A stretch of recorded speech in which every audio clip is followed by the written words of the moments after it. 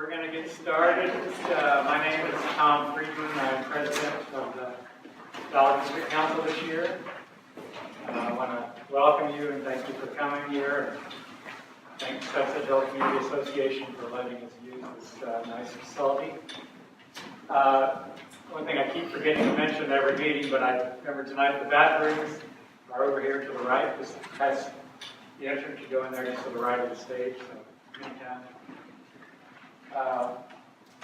We always start off our agenda, our program, by having everybody do a quick introduction of yourself. Maybe if you live in the area, if you don't, say where you live. If you'd like, tell us a little about yourself. And if you're representing an organization, please let us know that. And if you've got a particular issue, you can quickly say that. We don't have a lot of time, so we'll get started with Don. Yeah, Don Auberly, Social Living Board Association, been involved with the District Council for quite some time. Things are all going fine along the rotation with Ballard. Next event that many people might be interested in is Marina Days in June, July, something like that. Anyway, check the social blog. I know all about it. My name is Lori Miller, and I'm the meeting moderator for the My Ballard Facebook group. I live over by Ballard Market. My name is Linda Soriano. I'm the unsponsored individual at the street outreach since 1999. My husband and I started doing it together in 2012. I'm Don Benson. I'm a Ballard resident and also on the Ballard District Council Executive. I'm Jim Harris. I'm also on the Social Living Board Association. My name, Randy Peters.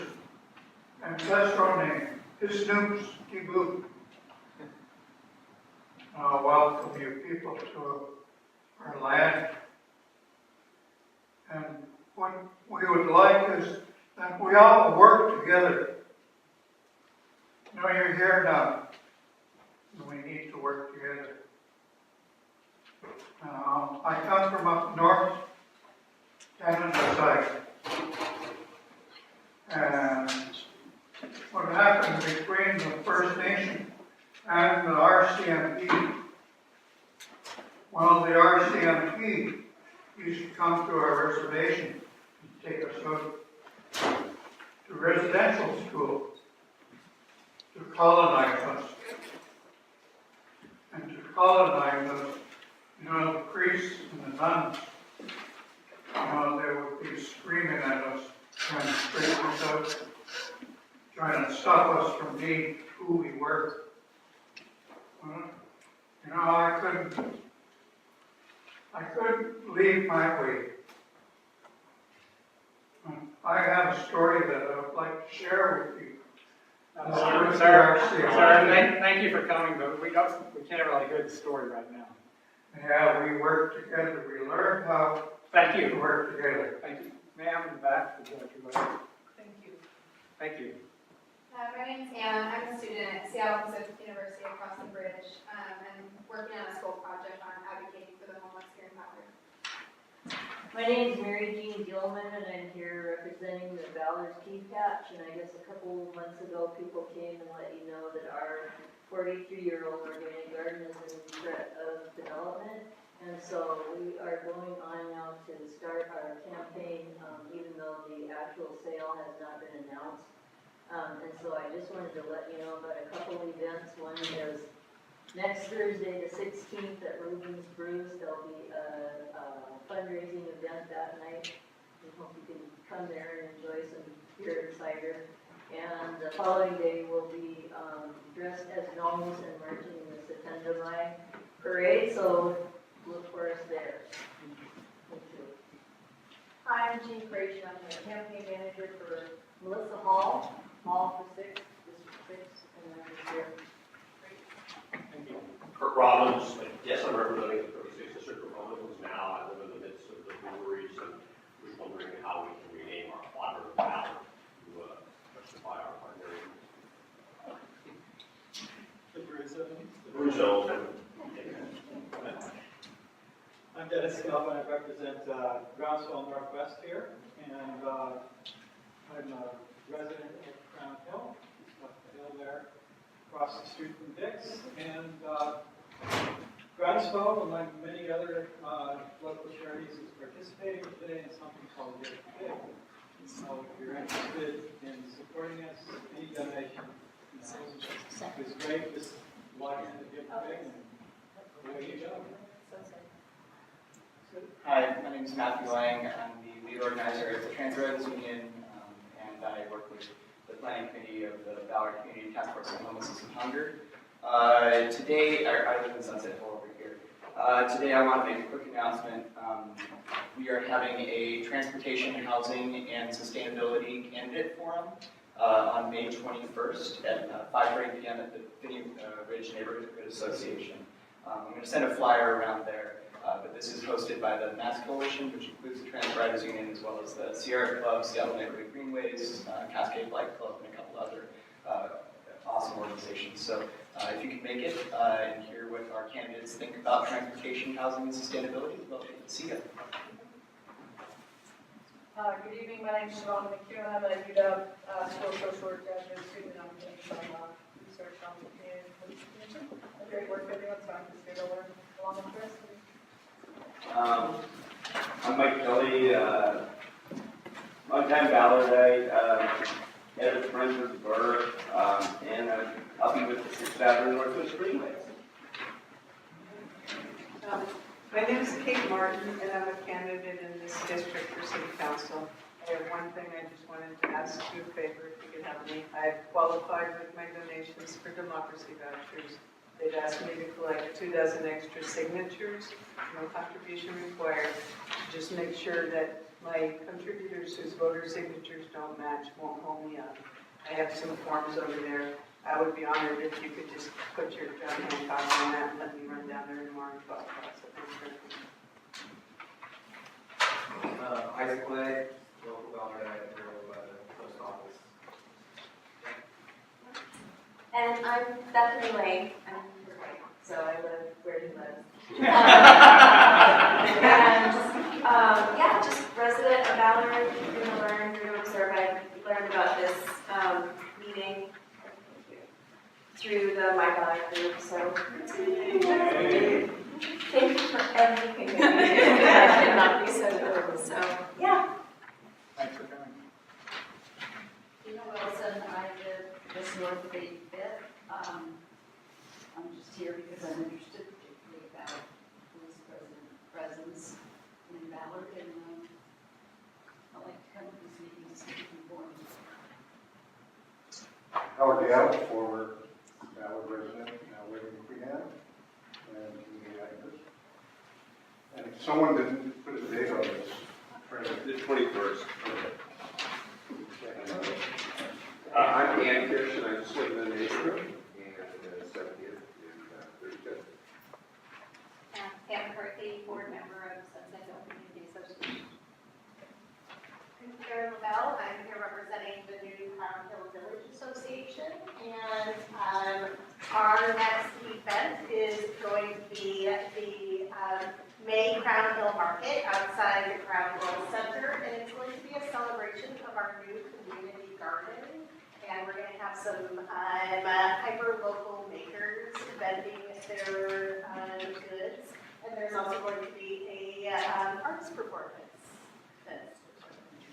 When is that? Oh, sorry, last Thursday of the month, 4 to 8, outside the Crown Hill Center. I'm Rudy Pantoya, and I'm with Rudy from Ballard.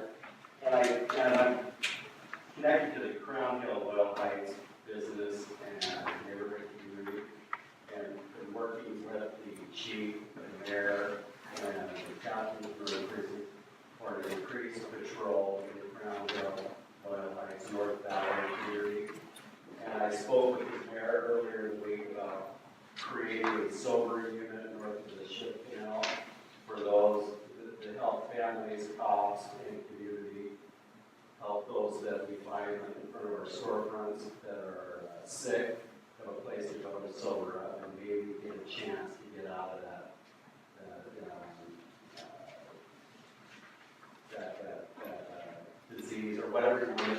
you see out in front of the storefronts have gone into our storefronts where we become the cops and social workers, and dealing with addiction behavior. The other thing I'm here for is to encourage color and cultural groups to participate in this group. I know we have a lot of ideas, and that we have people with strengths in this community on this council, but we need more culture and color. And I'm Latino, and if I'm representing the Latino community, I'll just have to do it. I don't have a problem doing it. I think it's important if we're going to work with the Seattle Police Commission and Seattle Police and all these other groups that we have people of color. Thank you. And I'm willing to share that committee. We'd love to have more people of color come to the meetings. I think we missed, Gene came in. Oh, Pete. I'm Pete. I work in IT for Angie. I live nearby. Pete's gonna help record the meeting tonight for those who can't make it. We're gonna post it on the website. And then Lori also does Facebook Live, so people in the My Ballard group can tune in. Not live, it's too expensive. Not live, sorry.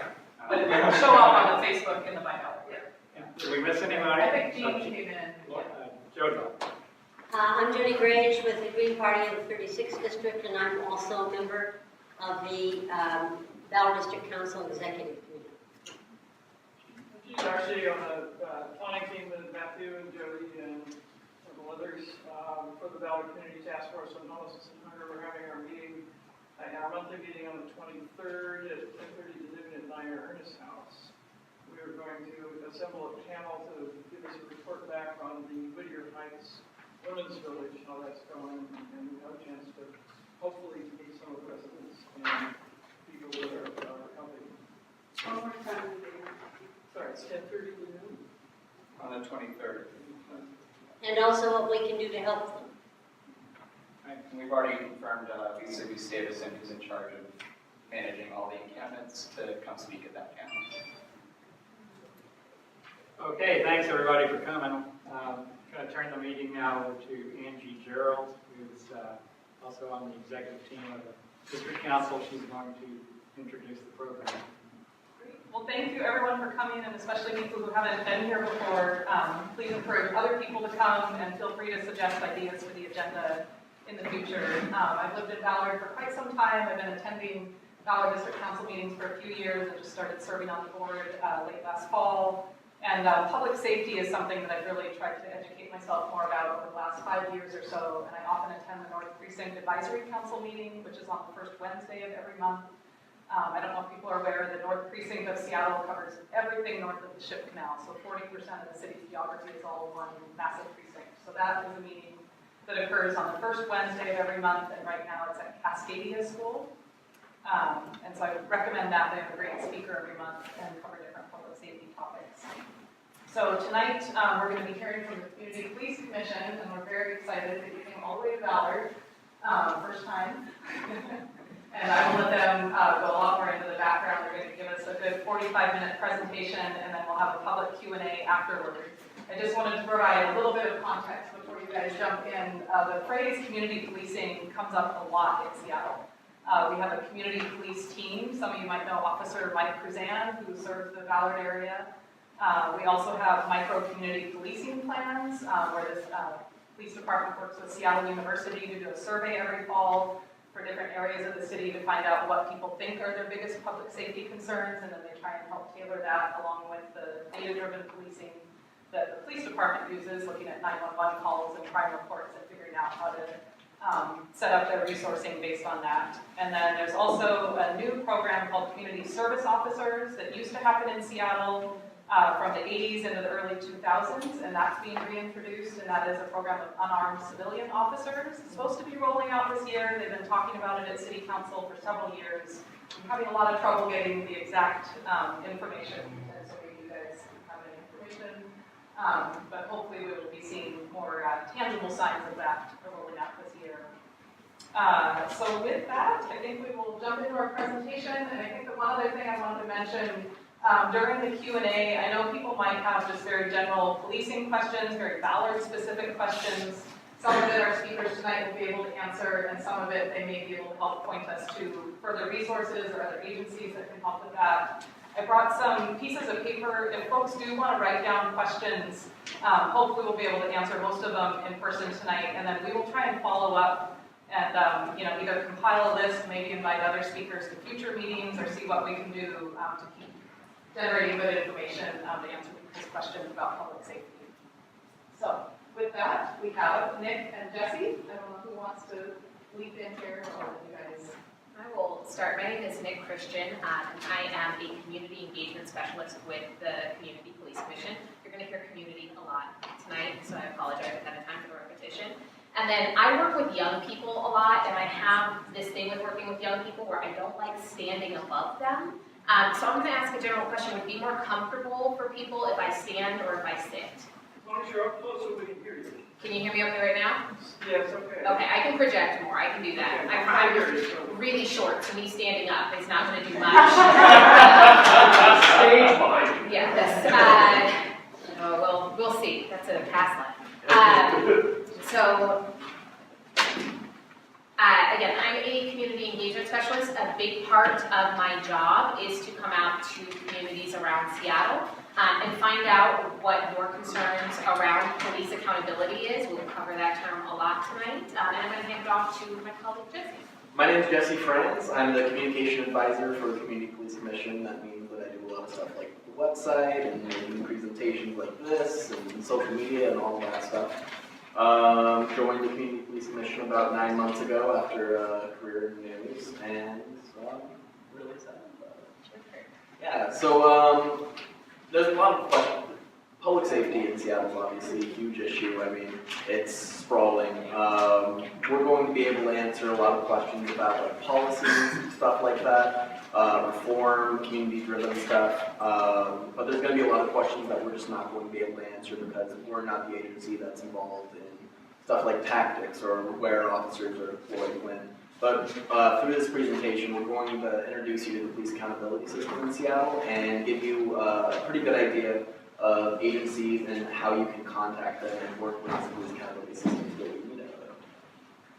And if we don't have, before you get started, if we don't have anybody in particular that we can point you to tonight, please know that's because Jesse and I both currently work in the city and do a lot of tracking down the right person already. And so the last thing we want to do is to give you we think this is the right person, who then sends you on a chase to get to the right person. We'd much rather have you have a contact with us and be able to give you that information directly once we confirm it and just take the chase out of your hands. So know that I have plenty of cards on me tonight, so if there is not a direct person we can point you to, we will get you that person eventually.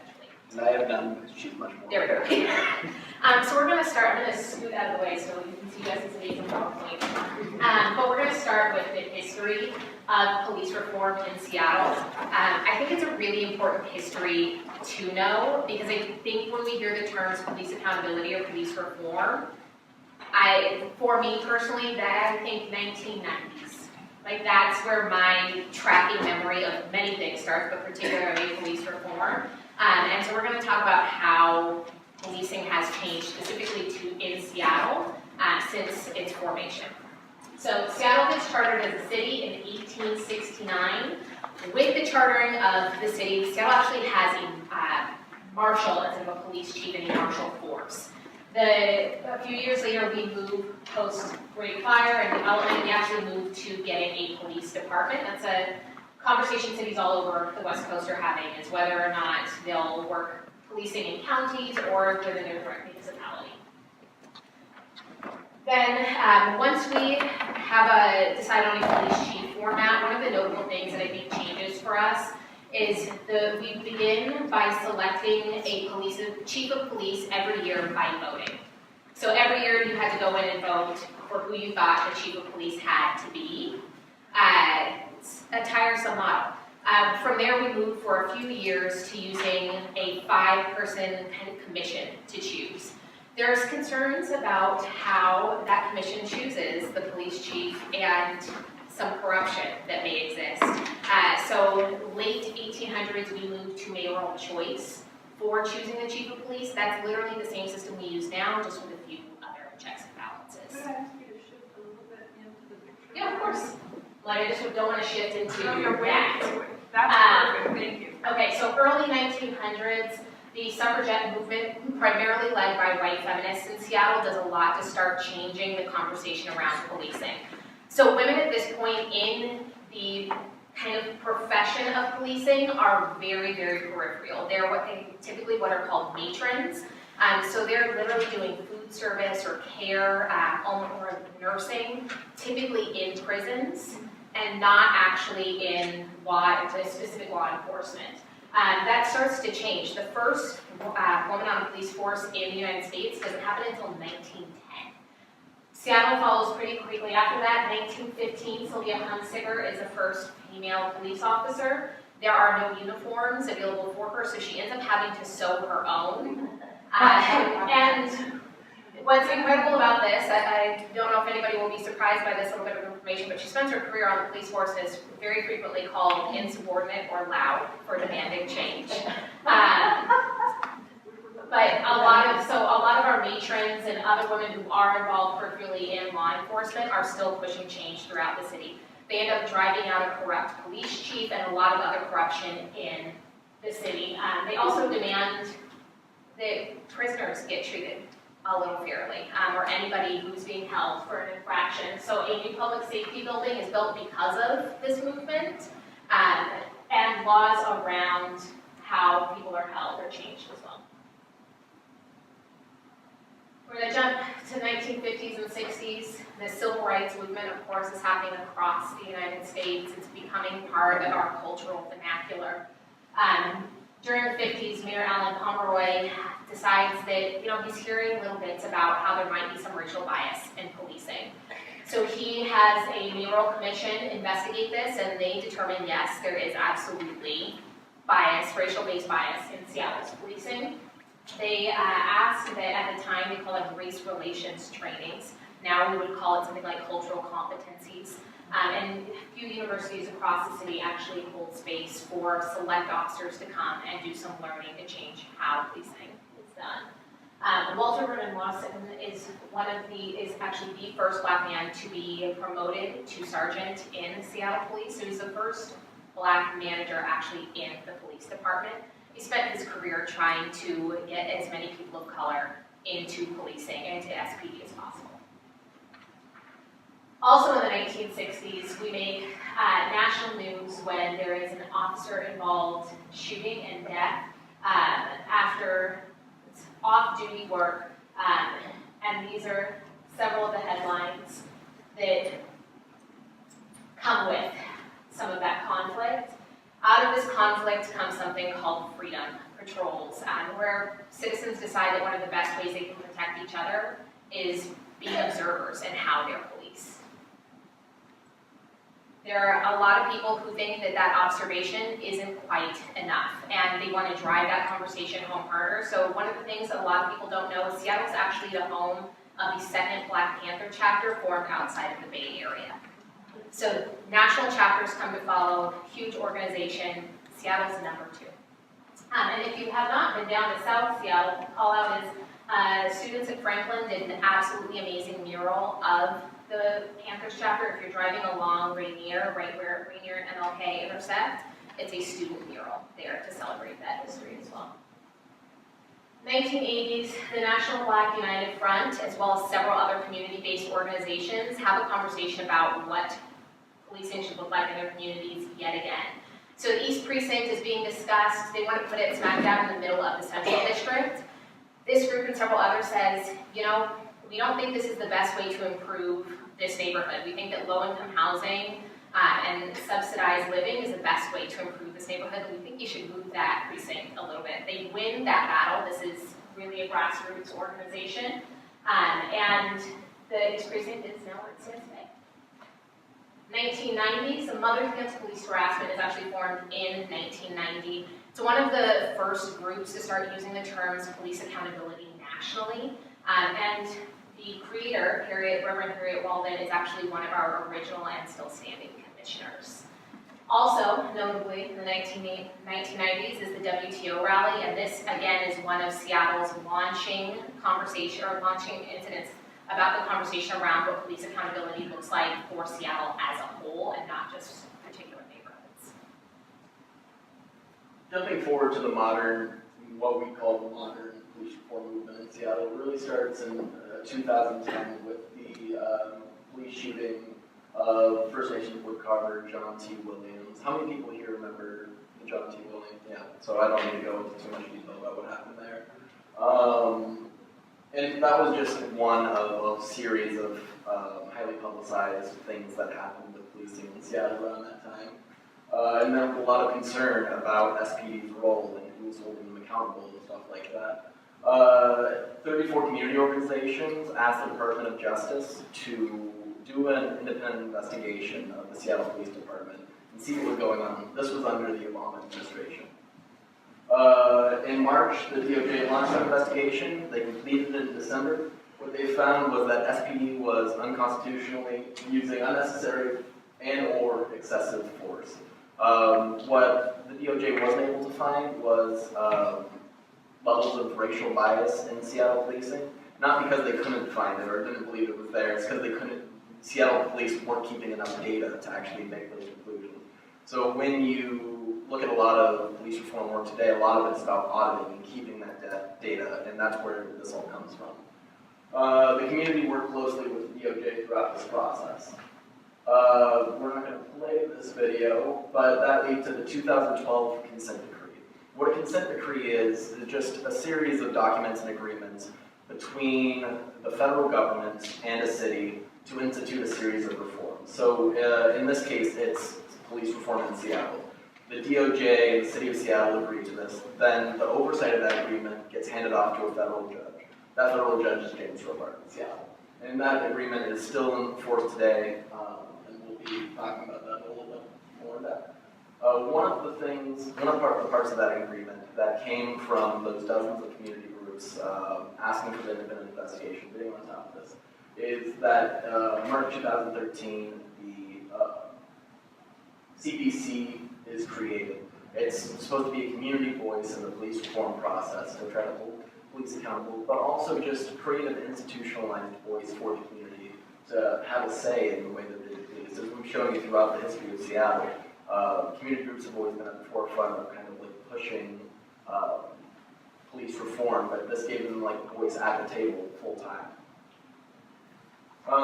Some of the stuff that we tackle, the Community Police Commission, is community engagement with the police department, stuff like use of force and recruitment, hiring, and training, trying to make that more equitable, and through being more equitable, more efficient, and being able to get more highly qualified officers that will serve the community. 2017 was a big year. That was the accountability legislation getting passed. That was a landmark piece of legislation that, on top of a bunch of police accountability measures, made the CPC permanent. It also expanded the staff of the CPC and scope.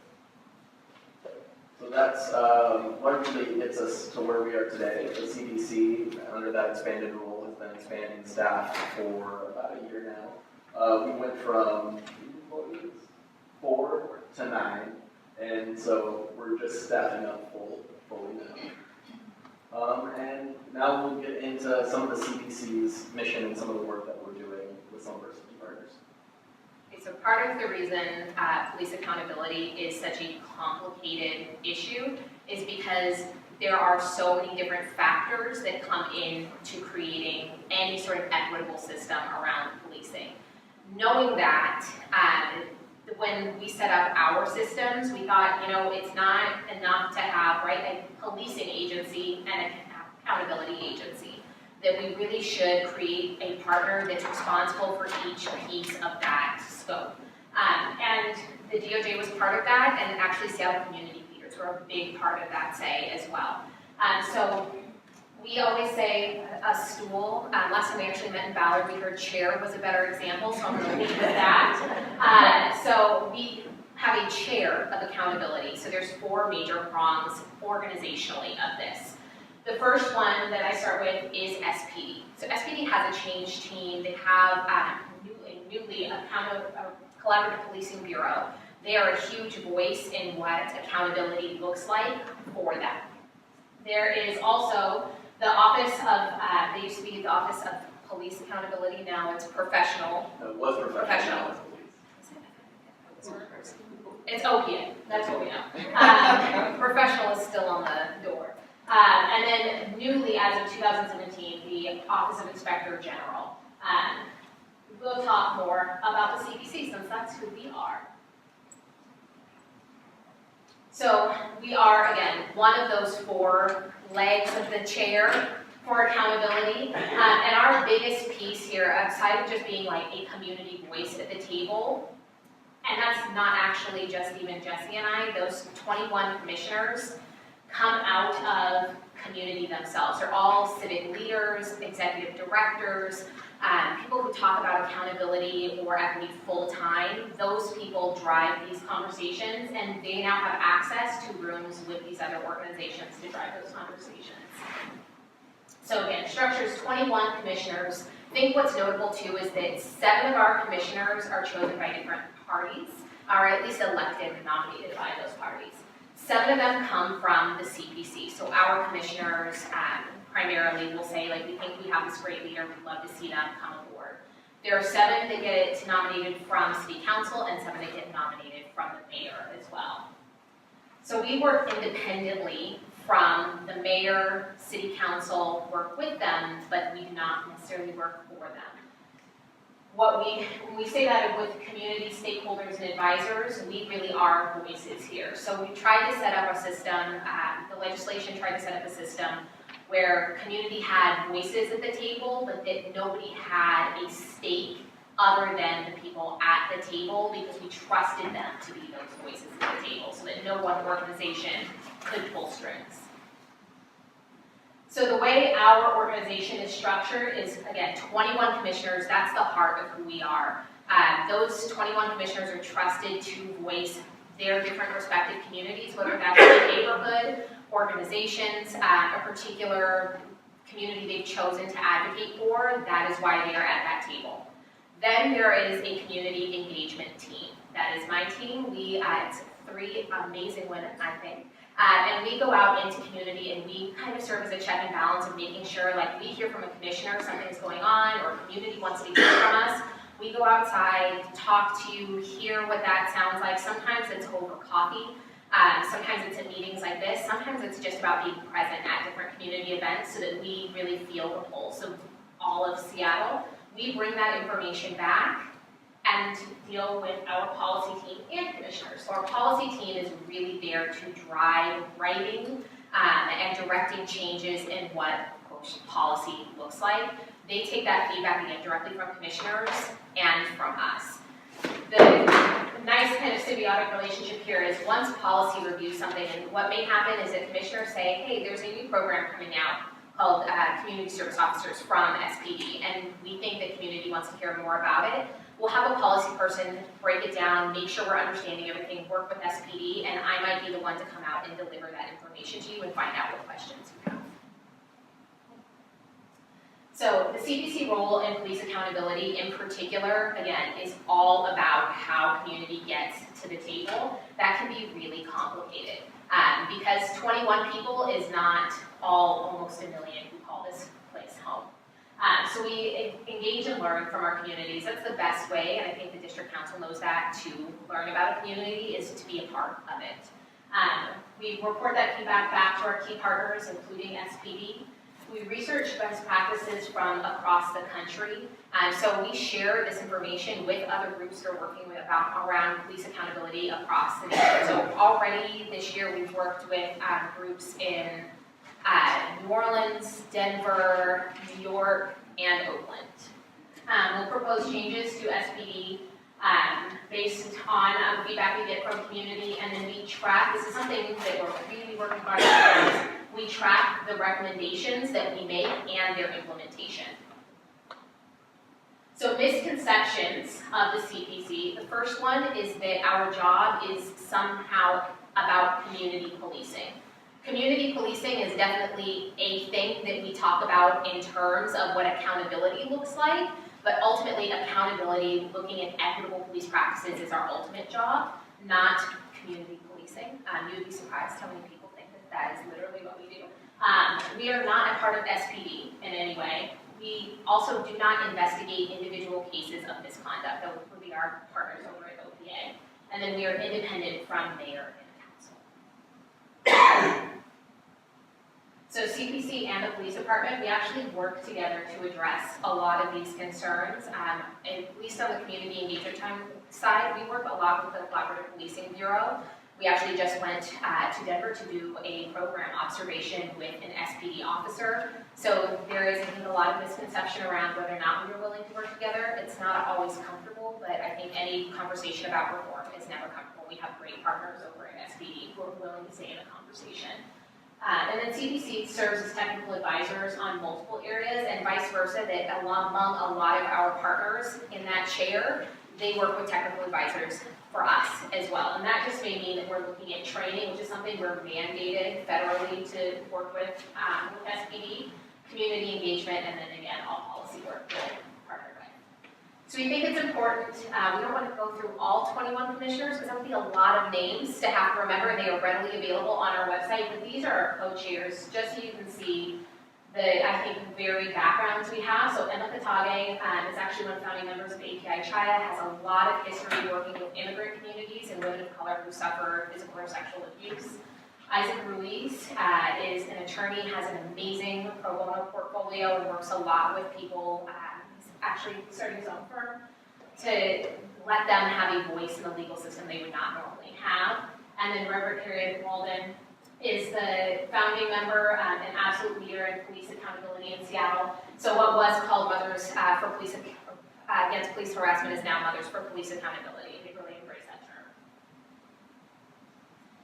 Awesome. So we're going to introduce you to some of our system partners. So this is what we showed you earlier. SPD is SPD, of course. Okay, yeah. We're going to go through them. They'll all have a bigger slide, so you'll see. And then the CPC is easiest to remember. The way that I remember it is that we're involved in policy and we're also the community voice at the table. So we take what we hear from the community and bring it back. But then there's the Office of Police Accountability. Okay. Professional? Okay. Anyways, so they're involved with investigations. When there's an accusation that an officer might have gone against policy or something like that, they go in and they investigate. They have an independent civilian director. That was a big change that came in the late 90s, very, very late 90s. And their job is to recommend their findings to the chief of police, who is ultimately in charge of disciplining officers if they found that they violated policy or the law. This is the way that they investigate those things. This is very confusing. You don't have to memorize this or even read it whatsoever. But this is why OPA investigations can take so long. Okay, the important part of it is this last thing right here, which is the SPD chief makes the final decision on discipline. So the OPA can do the investigation, they recommend their findings to the chief of police, but ultimately it's the chief of police, so right now Carmen Best's decision, what punishment that the officer would get, if any. They can reverse the decision of the OPA, all they have to do is notify the mayor, the city council, and the OPA. Here are some of the people that you'd likely be interacting with OPA. This is the community engagement team. And we can send some of this contact information out later in email. But there's multiple ways to file complaints or to get in touch with their community engagement team.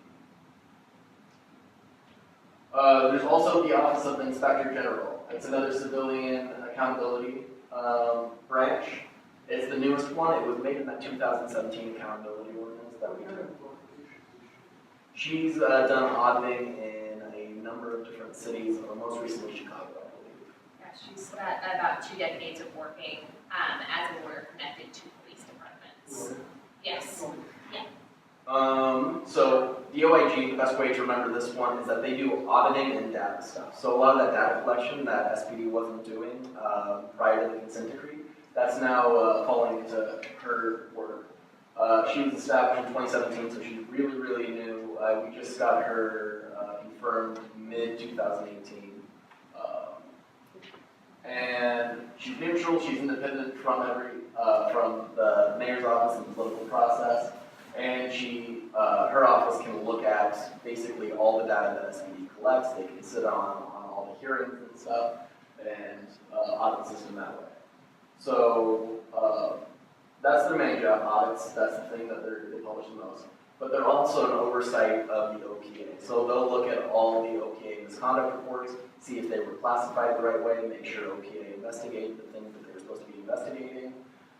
They can also suggest changes to SPD policy based on the audits that they've done, and say they're looking at like weaknesses in use of force policy, and their data shows that there's this weakness. They can suggest a reform that can help fix that. And they're also doing communications and community outreach. We'll also send the OIG's information out later. So, one announcement that we do have is we just added a bunch of new commissioners. So this is really a transformative time for the CPC. We just added 8 new commissioners, reappointed 2 others. 9 now. Yeah. So we're, it's almost half of our commissioners just got turned over. So lots of new stuff. We're also in the search process for a new executive director. So lots of changes coming to the CPC. But what we really want to do is answer a lot of your questions. But here's one of the things that we have that we're going to ask everybody. What are the biggest issues about policing in your community today? What are some of the things that you have concerns about that we might be able to help you guys with? Yes. I guess when you were going through your police history, you jumped over prohibition, you jumped over some of the wartime, you jumped over the tolerance policies. And a lot of concern is voices that a policeman sees a violation and ignores it, overlooks it or whatever, based on a directive from the mayor or the city attorney that we don't enforce this ordinance which is on the books, or this state law that is on the books. And somewhere, other than just writing your city councilman, whatever, is there any of those 4 that would try to sort this out to identify a pattern of systematic non-enforcement, of systematic, kicking it upstairs to an elected official which will deny it? I mean, who sorts that out? Is that part of community accountability? Yeah, so actually like enforcing, like, specifically are you talking about like drug laws and That would be among them, but I mean just the general phenomenon of instead of excessive or discriminatory enforcement, it's just simply non-enforcement as characterized other decades of the history that you jumped over. That's unfortunately. So one of the things I think we should start off with is, and this is something that we would do in any community, is grounding how we define certain things. Just because there are things that land differently for each community. One, I want to acknowledge that is not a complete history of, especially policing in Seattle. We try and give a kind of broad, sweeping, like this is what police reform has looked like in the past. But we're missing a lot of things. We're missing prohibition, we're missing police involvement in gathering up Japanese folks during internment camp times, we're missing police involvement during the AIM movement. There's just history. I think if we did a full Seattle policing history, we could offer a great course at UW or an SPU for all of you. But there's just no way for us to fit all of that in, so I do want to acknowledge there's definitely some gaps in our history there. But I think I'm going to ground us just by defining, or kind of starting with how we define equity and accountability. And we have to do this because we have 21 commissioners and we have also 9 staff members or 8 staff members who come from different backgrounds. So for us, accountability really is focusing on the groups most impacted by, right now, police violence. We absolutely still raise other concerns but when we prioritize our work, we really look at groups most impacted. There are absolutely partners that look at that, including SPD, and say, we have to look at enforcement and our practices as a whole. We have to look at how each community feels.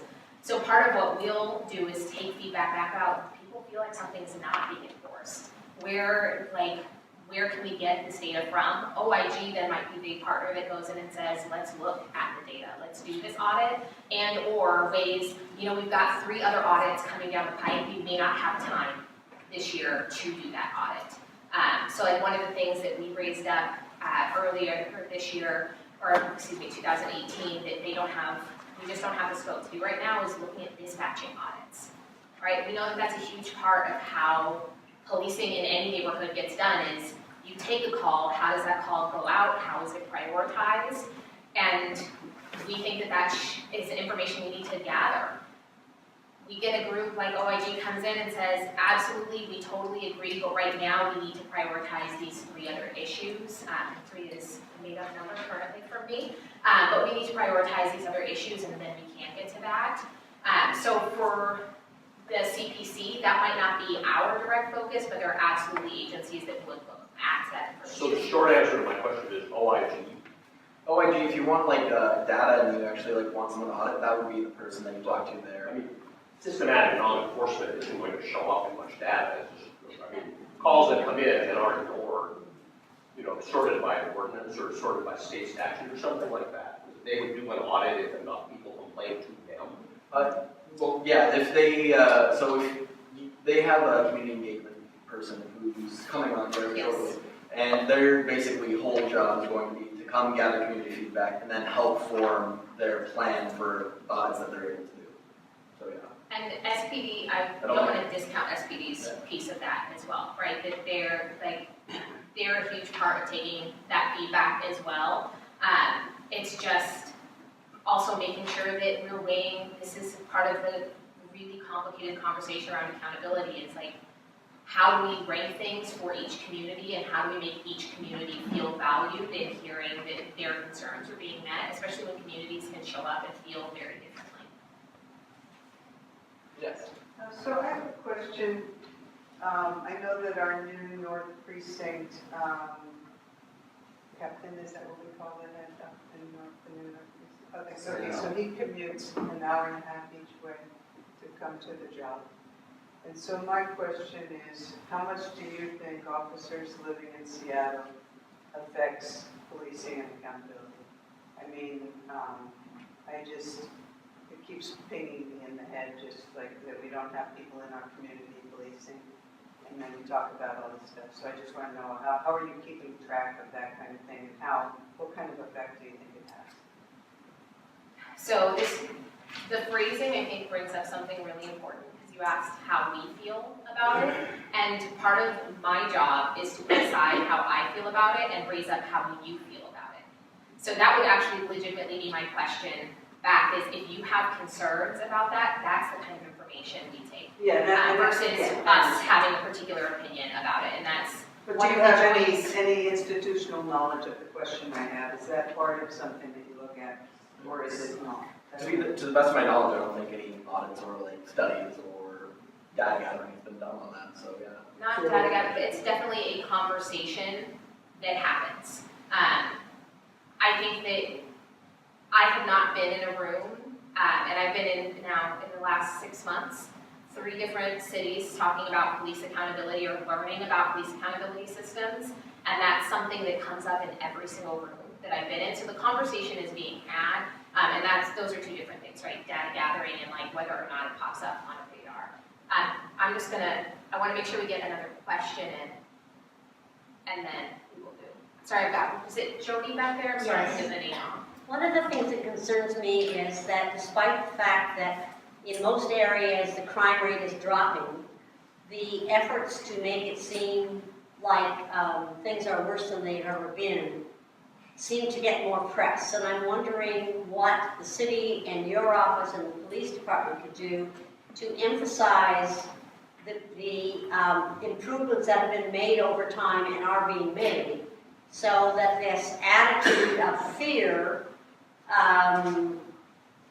doesn't exceed what is statistically reasonable in that regard.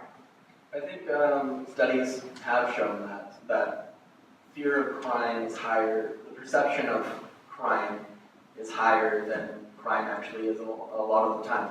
There are certain specific neighborhoods that have seen slight increases in some sorts of crime.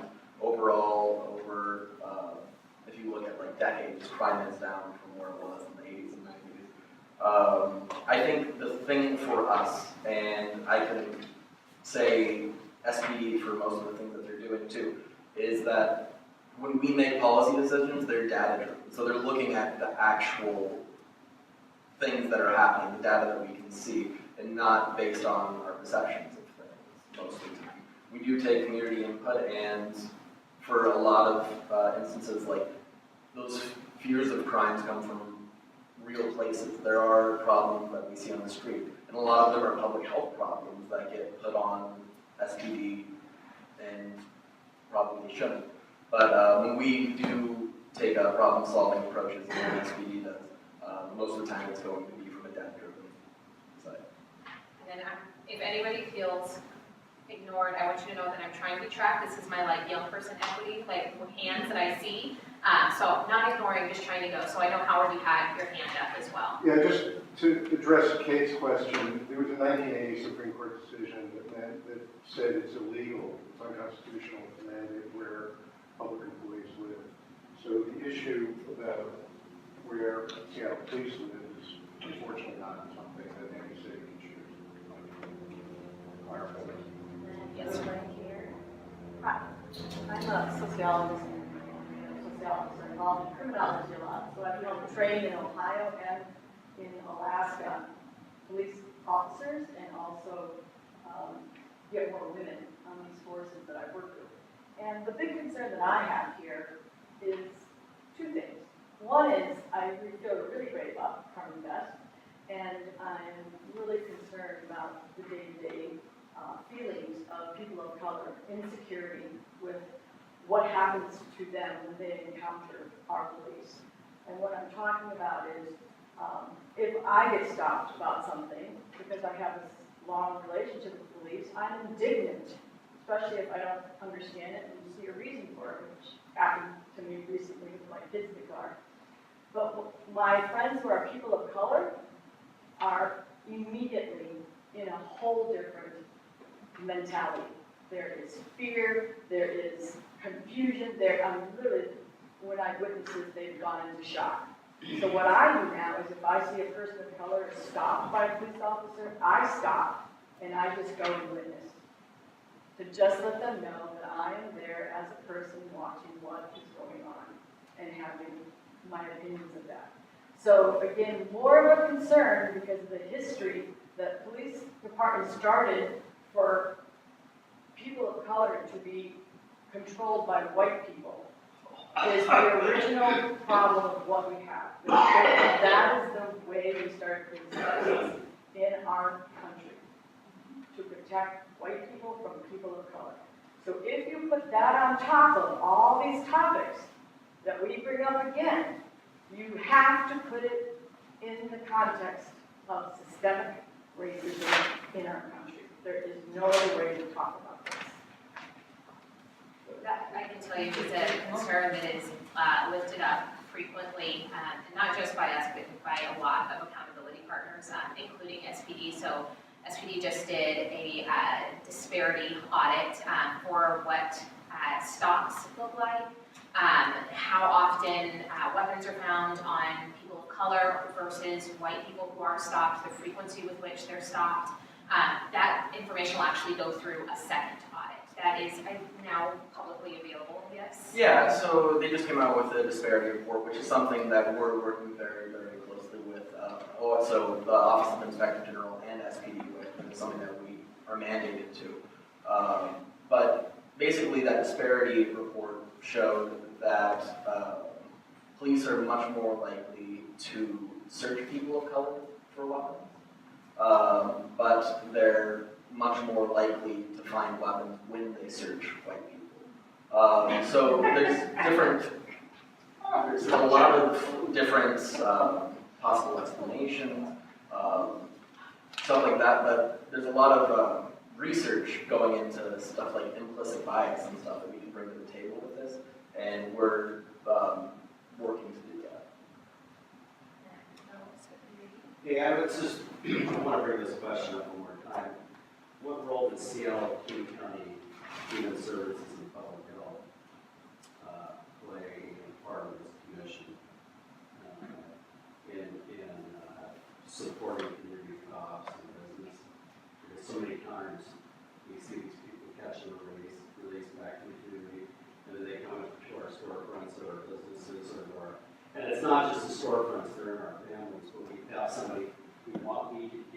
health, and then the officers show up and really release them back into the community to become other problems for other people connected to us, family member.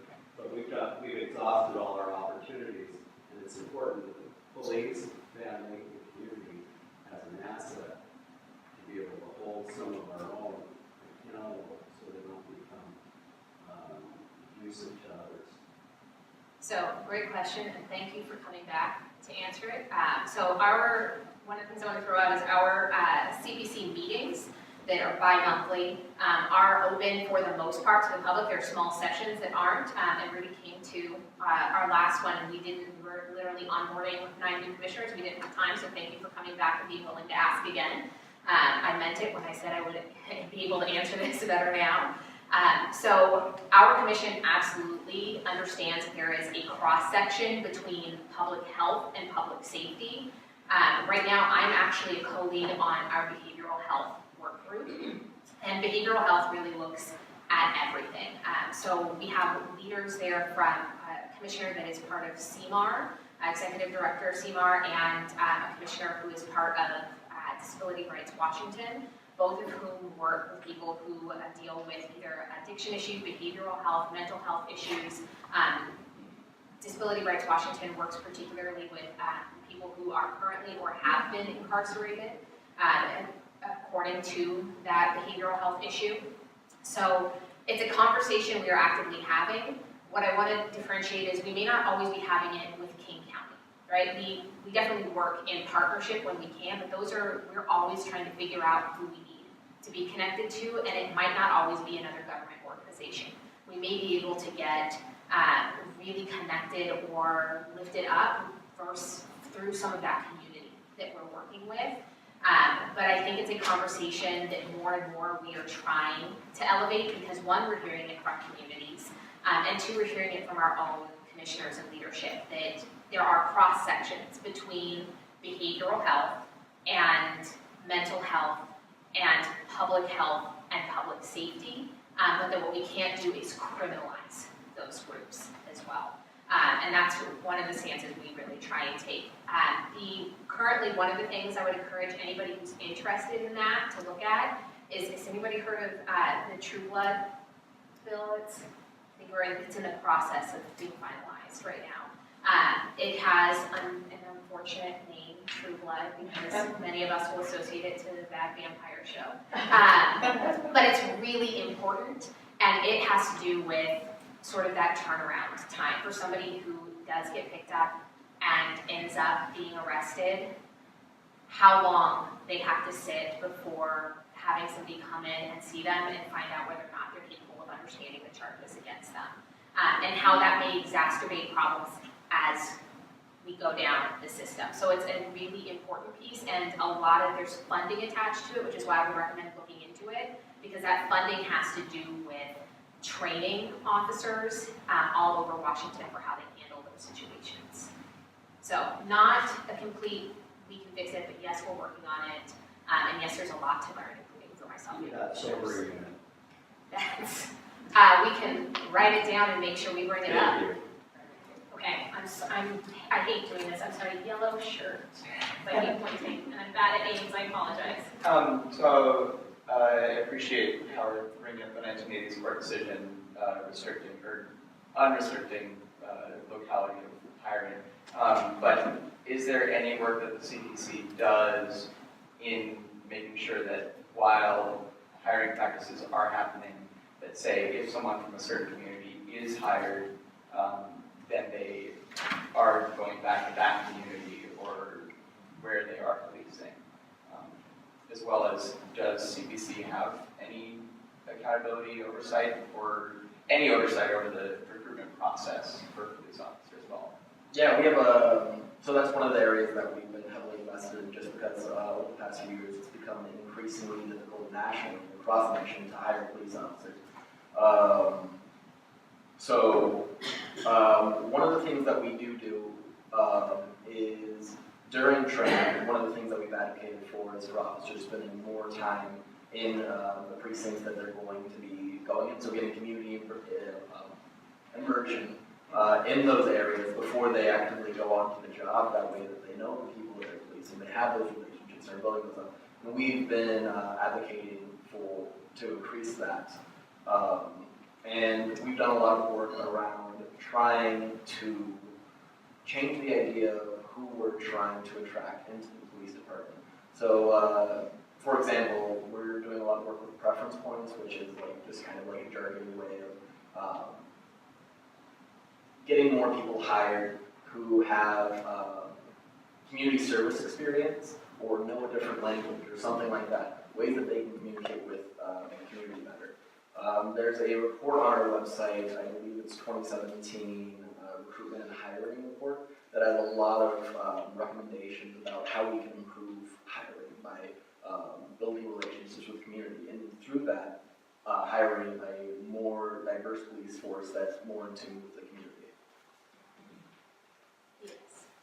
Actually, just to add on to that, there was a recommendation by the CPC that goes back many years about adding different aspects of preference points. So right now, the only preference points that are given to hiring officers are if they're a veteran.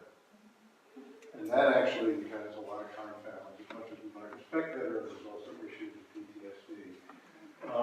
There's a number of proposals for people that were in the Peace Corps, that were Teach for America, have extra languages, cultural competency, blah, blah, blah, blah. There's a whole bunch of recommendations. The only one that I know that's being considered right now is actually the language requirement. It's actually being implemented right now. It's just going through the HR process. Okay. So there is one. But I do want to contrast that so people know. This isn't actually hard. This is not something that's written into police union contracts. This is totally up to the municipality or entity.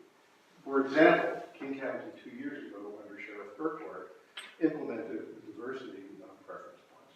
So it's something that the mayor or the city council could do in the blink of an eye. And it does raise the question why this has been sitting as a recommendation for 4 or 5 years, but has not been implemented. I think a lot of different city organizations would have those questions in general about implementation as a whole. I can look at that in just 1 second. I know, gentlemen in the purple, that you have your hand up for a long time, and I thank you for being patient. So come on, yes. I don't Are you gonna be overlooked? Not at all, but this is, I literally several times before I noticed, so that's why I say it's just about when I notice something, not at all about me trying to ignore anybody. Yeah, does your effort slosh over into adjacent agencies such as Port of Seattle, King County, possibly Transit? So as far as law enforcement, we may look at that information, but because we started as part of Department of Justice, like implemented piece of SPD, of an SPD investigation, that is where our scope and recommendations stay. So we definitely, again, will look at, and we have partners who work with county organizations, but our specific scope and what we spend the most time in is SPD, but we definitely look locally as well as kind of nationally and internationally for recommendations about policing and how accountability works with those groups. Thank you for waiting. Thank you. So the CPC was put in place by the federal government for the city. Initially, yeah. The consent decree, which stems from the murder of John T. Williams. I realize that we have a very tight time frame here, but I want to reiterate what's been happening to John T.'s family since John was murdered. That was murdered. It was ruled a homicide, August 2010. Over these past 9 years, up until as recently as yesterday, and I have been commenting on the CPC website about this, and I'm not getting any responses, so I don't know what do. Do I get the surviving brother Rick, who responded by telling the community peace and calm, let's all carve a memorial totem and get it erected at the Seattle Center? That's how he handled it. When we could have easily have risen up and rioted and done damage throughout the city. Now the CPC, it's the Mayor Jenny Durkin. She ousted Jay Hollingsworth. Jay Hollingsworth was very familiar with the consent decree. He's extremely tuned into the entire First Nations community and beyond, whether we're in our region or First Nations, whatever. But he's very tuned in into listening to the people. So I'm really saddened that the mayor took him out. Now, one of the things I put on the CPC website was any of the members there, did they complain to the mayor and try to get him kept here? He was very important. He was instrumental in being on there. Now, John T. Williams, his family, the police continue, and I have to tell everybody here, the police continue up until yesterday afternoon harassing the family of John T. Williams, intimidating him, pulled right up to him while he parked down by High Street Mark, where the family's been parking for 7 generations. Now this is insanity, and the CPC was started specifically because of what happened to John T. Williams. Now that family's story cannot be overlooked and it cannot be ignored. I'm getting more and more passionately upset about nothing's being done. Now you say you're with the community engagement, I would really love to have business cards for you and whoever else is on that. And to have someone actually stand off in a distance, and you guys, you need to witness what SPD has been doing to that family. I'm happy to actually give you So that so it's right Rick now. Williams, is a surviving brother, that had that totem pole erected over at the Seattle Center. Now his son, he's known as Eagle Son Williams, and different people nearby, they filmed it. SPD handcuffed Eagle Son and slammed him on a car for no reason other than he's First Nations and part of the Williams family. I have been down there, and little me, and I'm just a person that does street outreach. I was surrounded by 6 officers on horseback because I'm First Nation. Now, I appreciate what this lady here says, but you know what, I don't like saying black and white, but obviously my husband and I, we are First Nations. We're outreaching to anybody. We don't target First Nations, it's whoever, we can help. But like on the CPC, we may have black members. We've got a woman there now from the Seattle Indian Health Board, and that's all well and good, but we cannot just target and focus on black people because there's a black member up there, or First Nations because there's a First Nations individual here. It's like my husband was trying to say, we all have to band together. It takes every one of us to do something about this. But I want to impress upon you, please bring this to someone's attention. It's someone else that you have to bring higher up within the CPC. Send someone down there to the Pike Market, the Victor Steinbrook Park, which Natives Forever, we have always called it Native Park. Someone needs to go down there, even anyone here, just go down there and observe. Don't take my word for it, go down there and observe. And I'm going to hold you guys to that, and I'm going to check in on the website. I'm going to put something else up there.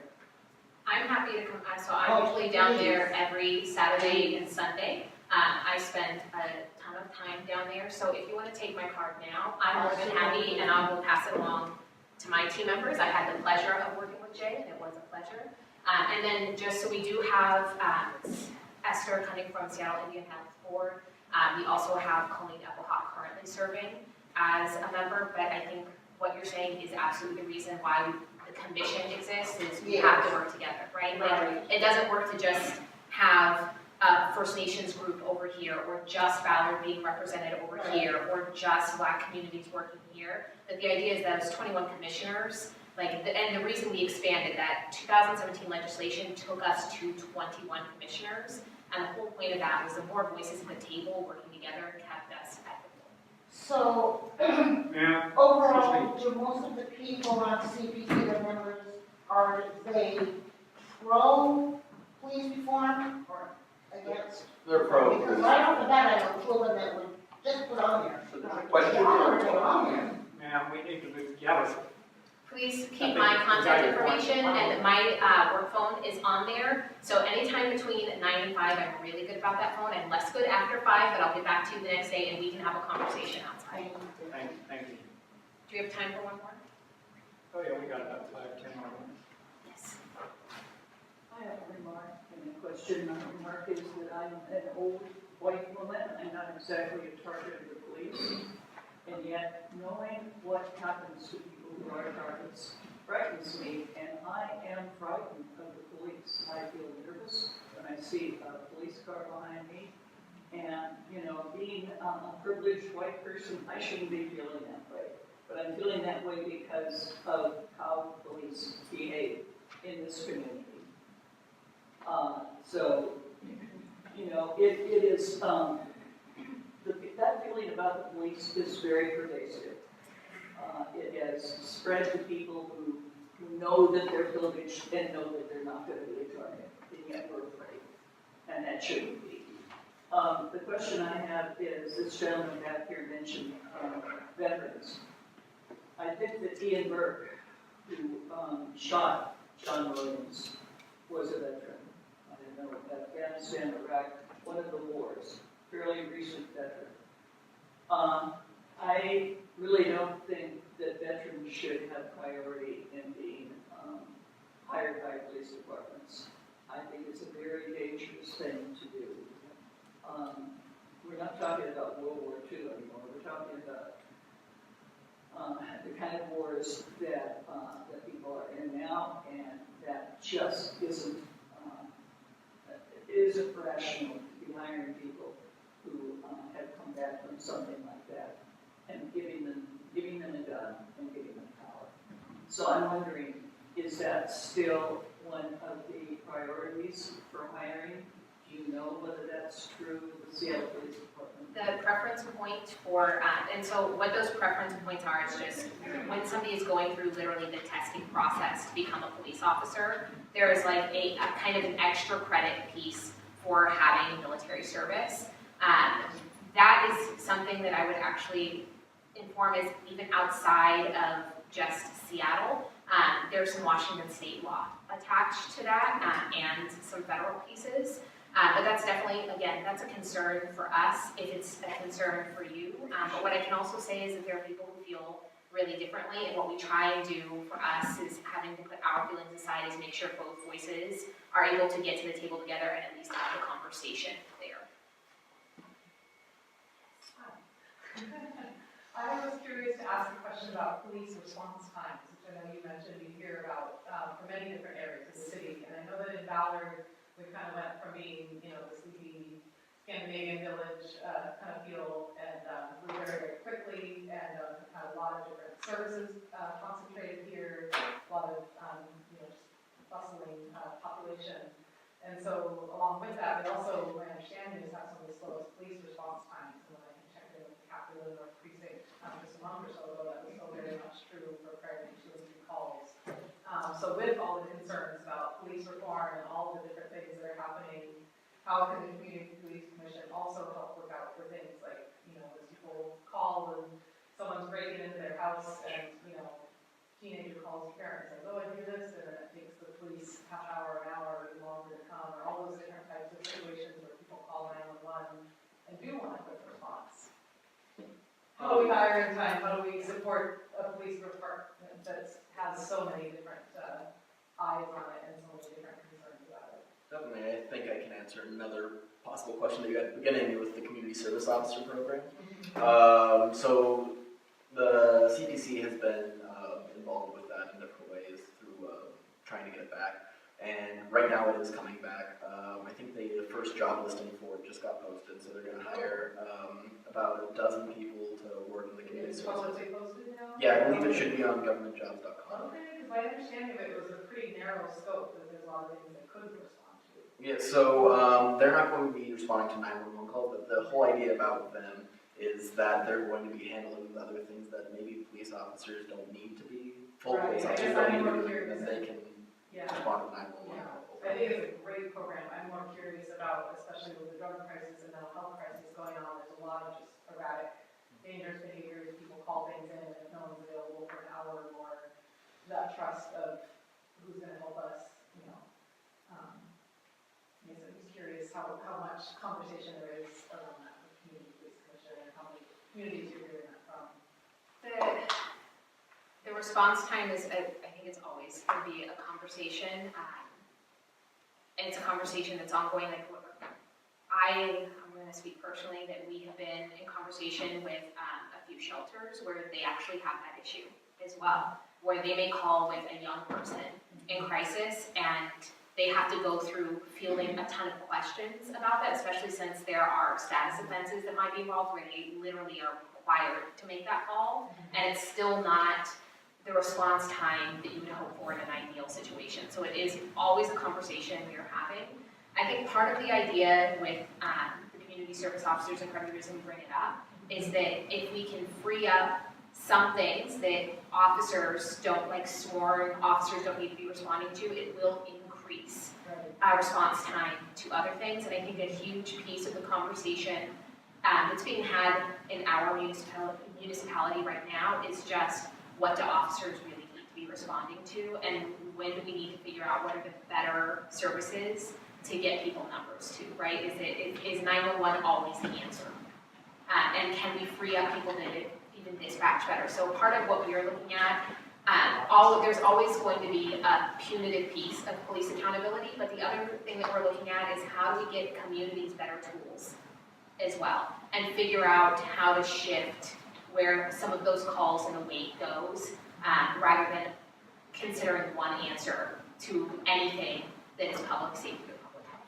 But yes, it is definitely a conversation we're having. You know, you're going to be busy tomorrow. There was an officer involved shooting at Third Mercer half hour ago. So that's breaking news right now. And I'll let you know. Let this group know, because you're going to be in the front line. Yes, sort of. There are other groups that will be ahead of us. Like still. Yes, it will be on our desks.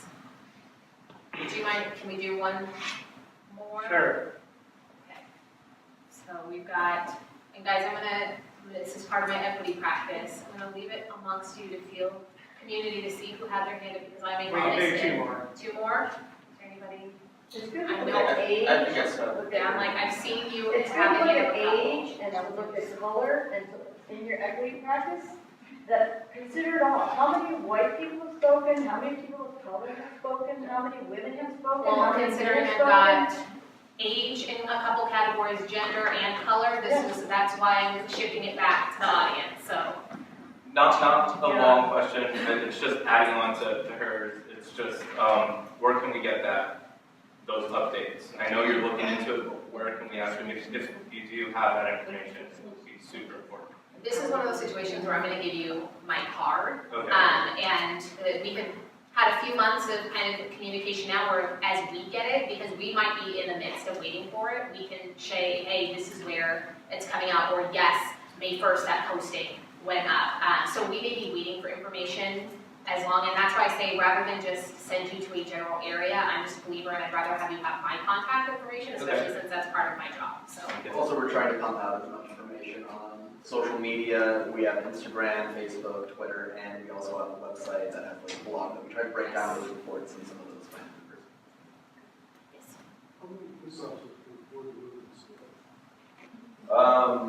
I don't think that. I would say. How many police officers can afford to live with this? How many kids would want to live with a law enforcement? Yeah. So affordability is a huge issue. I don't think there's been specifically been affordability study done with Seattle PD. What I will say is something that I think the police commission was very supportive of was that officers did get a cost of living wage in the latest contract. And Yeah, things like lateral transfer bonuses as well that have gone through. We have one of the highest in the nation. I think Bellevue's technically higher than us. they're both around $50,000. Yeah.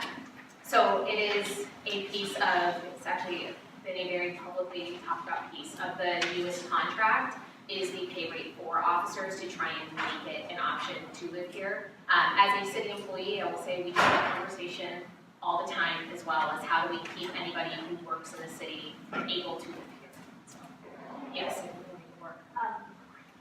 Just to follow up on this lady's comment about, and also the other gentleman about things that police do not enforce.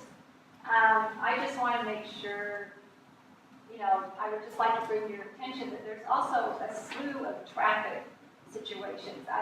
This lady mentioned she's afraid of the police. I'm not afraid of the police. I'm afraid of other drivers. And I'm getting sick and tired of being intimidated by aggressive drivers, people running red lights. I'm not talking about scooting through on a yellow. I'm talking about major, going through big intersections on red lights, people in these big vehicles, how many pedestrians are going to be killed, how many bicyclists are going to be killed. When I tried to call to report a dangerous driver in our neighborhood who almost mowed down a lady and 2 kids, by the way, I could not get I couldn't get even through to the North Precinct. I couldn't even get through to anybody.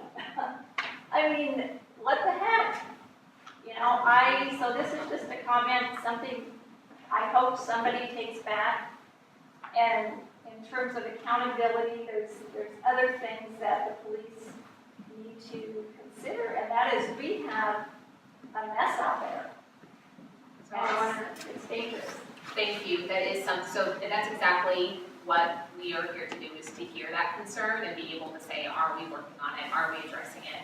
I want to make sure we're respectful. I want to make sure we're respectful of everybody's time. I'll be at the back for a few minutes. So if anybody would like one of my cards and you did not have the opportunity to ask Jesse or I a question, we're here so that you can get that contact information and we can follow up with you directly. Thank you guys so much. Let's give her a hand, you guys.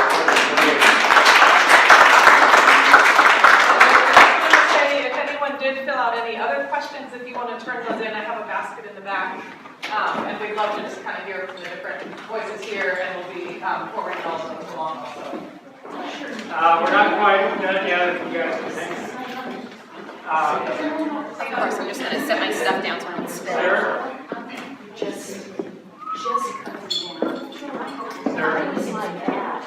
I'd like to have you can limit your time to a couple of minutes. Whatever you want to say, if it's any different from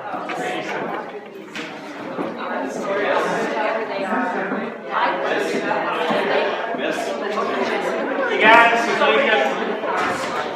just a few more minutes before we come back. Hey folks, Randy's got something to say. And that's being enforced. Nothing's being enforced. well, everyone please sit down or go out the back door, please. Thank you so much. Thank you. Excuse me?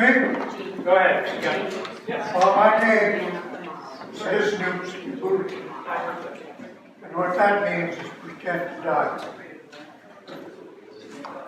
Since time, we have been trying to work things out with the white people, because they kept on coming.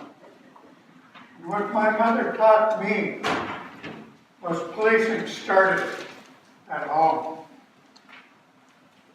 The grandmothers and the grandfathers who speak to your grandkids, and you start telling them to start living in a good way, to start living with a good heart and a good mind. We start working things out together. To listen to your heart, to find out what's right and what's wrong. That's my mother speaking to me. And although I fell off along the way, I started drinking, I started getting mad, I started doing drugs, and I gave the police a hard time. And one day they came knocking on my door. And he said, Randy Peters? I said, yeah. What did I do wrong? He said, I want to talk to you. He said, I hear you're a carver. I hear you're a skipper. And I want you to work with the people from across the land, from down all over. I want you to talk to them. About what? No, I don't. And he said, I'll give you 6 months to decide what you're going to do. And he came to the door twice a month. Randy, would you please come? No. And finally on the 5th month, he says, what's wrong, Randy? I said, I don't like you guys. No. because of what you did to my parents, because of what you did to my dad.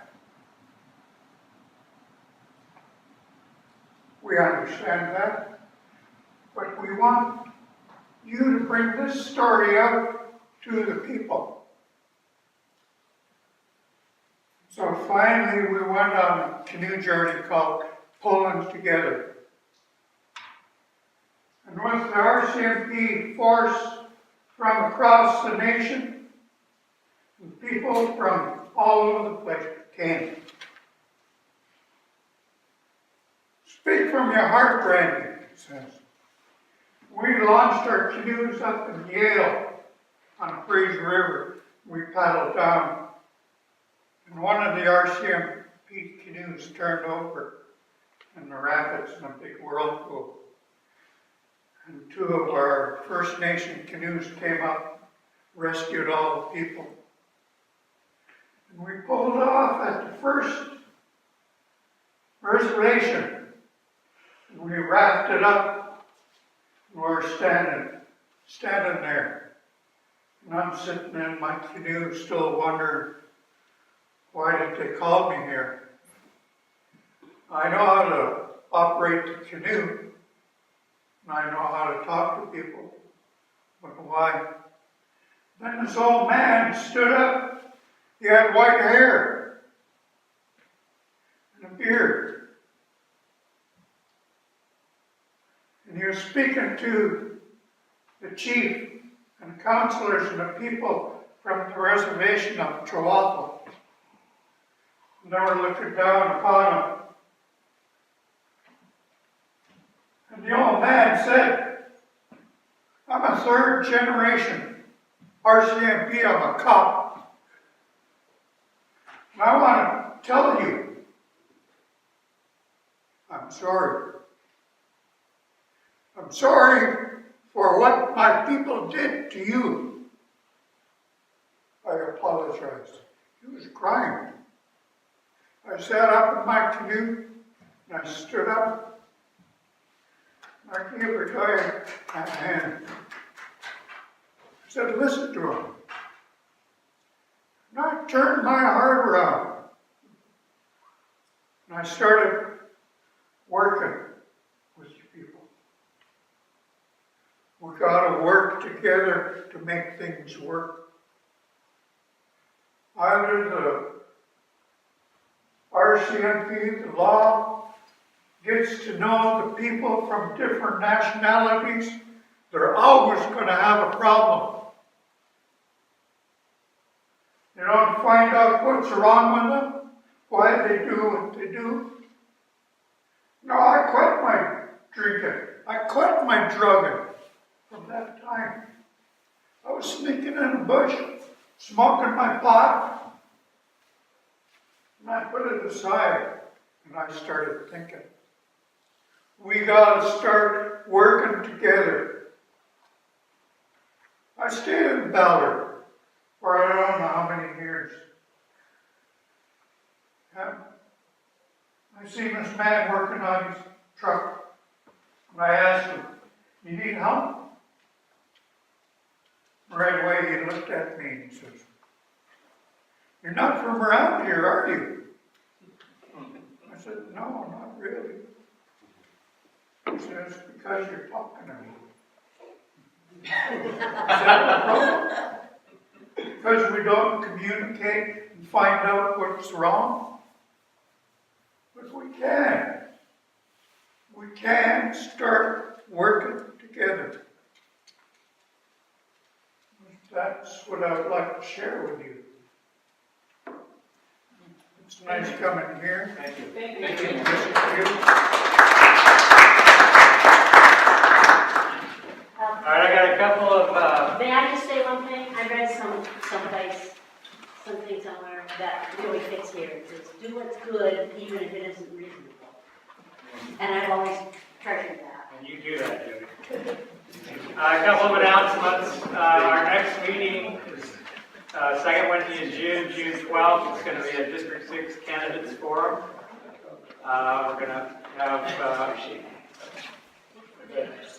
June 12th, second Wednesday here here at Sunset Hill. So come here and learn about the candidates, you'll be more of an informed voter. If you want to come before that, May 15th, which is next Wednesday at Lee Garrison Hall, the Ballard Alliance is sponsoring another candidates forum for this. In case you're wondering, the Berg element, it's called a multi-purpose trail. It's going to go from the logs to Fred Meyer. The work is starting on that. You probably noticed from the logs to 24th. That started, and the city is working on a paving project. It's going to repave Market Street from 15th to 24th. That's been designed, about 30% designed now. It's supposed to get started in early 2020. From 15 to 24. Wow. Any other announcements? If not, thank everybody for coming, and we'll see you next time. Thank you.